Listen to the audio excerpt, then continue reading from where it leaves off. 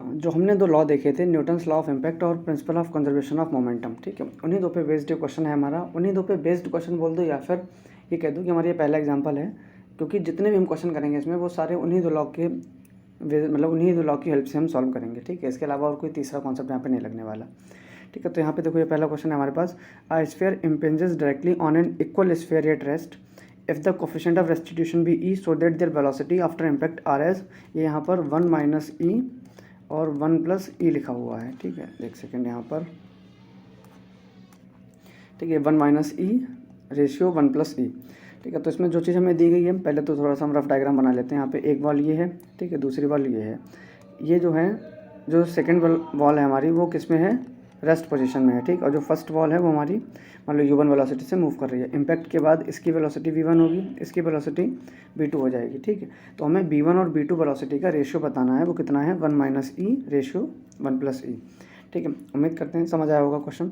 तो सबसे पहले हम क्या करेंगे, जो भी चीज़ हमें दी गई है उसको हम मेंशन कर देंगे, ठीक है। u1 जो u2 हमारा है वो किसके इक्वल है, 0 के इक्वल, ठीक है। m1 और m2 जो है वो किसके इक्वल है, m के, क्योंकि इन्होंने बोला ना इक्वल स्फीयर जो है वो इक्वल है, ठीक है। तो अब हम न्यूटन्स लॉ ऑफ इम्पैक्ट वो आप लिख लेना जब सॉल्व करो कि from the Newton's law of impact हमें पता है क्या होता है, v1 माइनस v2, यानी कि इम्पैक्ट की बाद जो रिलेटिव वेलोसिटी होती है वो माइनस ई u1 माइनस u2 होता है, ठीक है। यानी कि इम्पैक्ट से पहले की जो रिलेटिव वेलोसिटी है उसके ई टाइम्स होता है। इसको हम सॉल्व करें तो v2 माइनस v1 कितना हो जाएगा, ई टाइम्स u1 माइनस u2, ठीक है। इसको हम इक्वेशन 1 मान लेते हैं और law of conservation of momentum के हिसाब से हम के अकॉर्डिंग हम यहाँ पे सॉल्व करें तो m1 v1 plus m2 v2 किसके इक्वल हो जाएगा, m1 u1 plus m2 u2।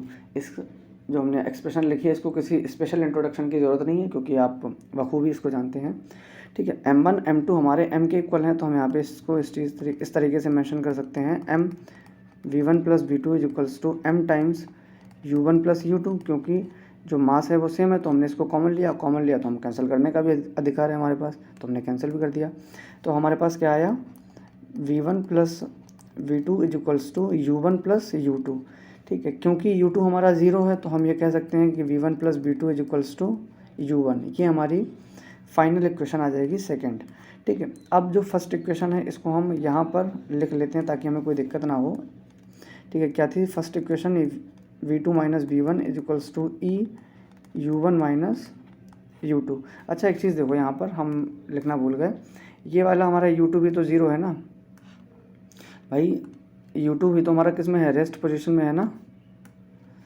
यहाँ से एक सेकंड, तो ये हमारा कितना हो जाएगा, 0 के इक्वल हो जाएगा यहाँ पर ये, ठीक है। तो ये हमारा 0 होगा, ठीक है।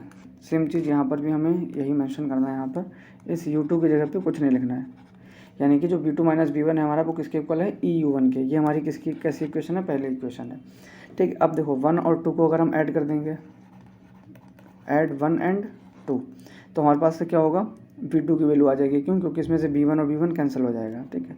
तो यहाँ पे v1 plus v2 left side add कर लेते हैं, v2 minus v1 left add की है तो राइट भी ऐड ही करनी पड़ेगी, ठीक है। तो यहाँ से v1 and v1 will get cancelled out and 2v2 will be equals to u1 e plus 1, यानी कि जो v2 है वो कितना आ जाएगा, u1 1 प्लस ई अपॉन 2, ठीक है। अगर हम इक्वेशन 1 और 2 को माइनस कर दें तो क्या होगा, अब माइनस कर देंगे तो साइन रिवर्स हो जाएगा, यानी कि v1 plus v2 minus v2 plus v1 equals to, यहाँ पर थोड़ी सी खिचड़ी बन रही है, दूसरे पेज पे चलते हैं, ठीक है, देखते हैं, चलो, ठीक है। यहाँ पर क्या था हमारे पास, एक सेकेंड, पेन सेलेक्ट करते हैं, ठीक है। और यहाँ से देखो एक्सप्रेशन अपनी क्या है, v1 प्लस v2, ठीक है। तो इसको लिखो v1 प्लस v2, और दूसरा हमारा क्या है, जो दूसरी इक्वेशन का लेफ्ट पार्ट है वो v2 माइनस v1 है, ठीक है। और हमें करना क्या है, minus v2 minus v1 is equals to, ठीक है। इस साइड हमारा क्या है, u1 और इधर है ई u1,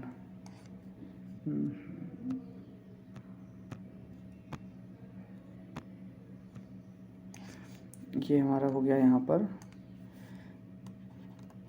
u1 माइनस ई u1, ठीक है। यहाँ पर हमने क्या किया है, पहली और दूसरी को सब्ट्रैक्ट कर दिया, तो क्या आएगा v1 plus b2 minus b2 plus b1 is equals to u1 अगर हम कॉमन ले लें तो क्या आ जाएगा 1 माइनस ई, ठीक है। v2 कैंसिल हो गया तो क्या आ जाएगा ये 2v1 is equals to u1 1 minus E, ठीक है। तो यहाँ से जो b1 है हमारा वो कितना आ गया u1 अपॉन 2 1 माइनस ई, ठीक है। अब इस वाली इक्वेशन को हम मान लेते हैं 2 हो गया ना, इसको हम 3 मान लें और इसको अगर हम 4 मान लेते हैं, ठीक है। तो बाई 3 एंड 4 बाई 3 एंड 4, ठीक है। 3 और 4 को अगर हम डिवाइड करते हैं, देखो हमें चाहिए क्या है, रेशियो चाहिए ना।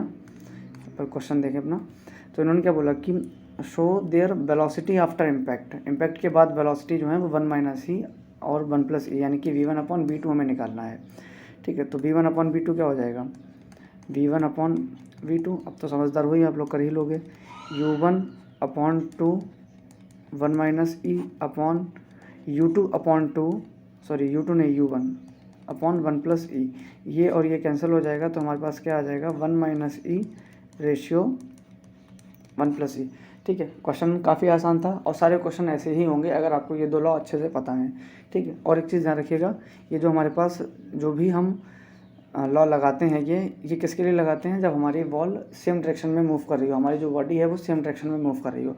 अगर बॉल अपोजिट डायरेक्शन में या बॉडी अपोजिट डायरेक्शन में मूव करेगी तो वेलोसिटी उसी तरीके से थोड़ी बहुत चेंज हो जाएगी, थोड़ी बहुत नहीं मतलब उनके नेगेटिव साइन जो हैं वो लग जाएंगे उनके आगे, ठीक है। जैसे ये जो लॉ है हमारा, ये किसके लिए है, जब दोनों बॉल इसी डायरेक्शन में मूव करें, अगर एक इधर जा रही एक इधर जा रही तो जो भी अपोजिट डायरेक्शन से आ रही होगी उसकी वेलोसिटी माइनस में हो जाएगी, ठीक है। Okay, thank you.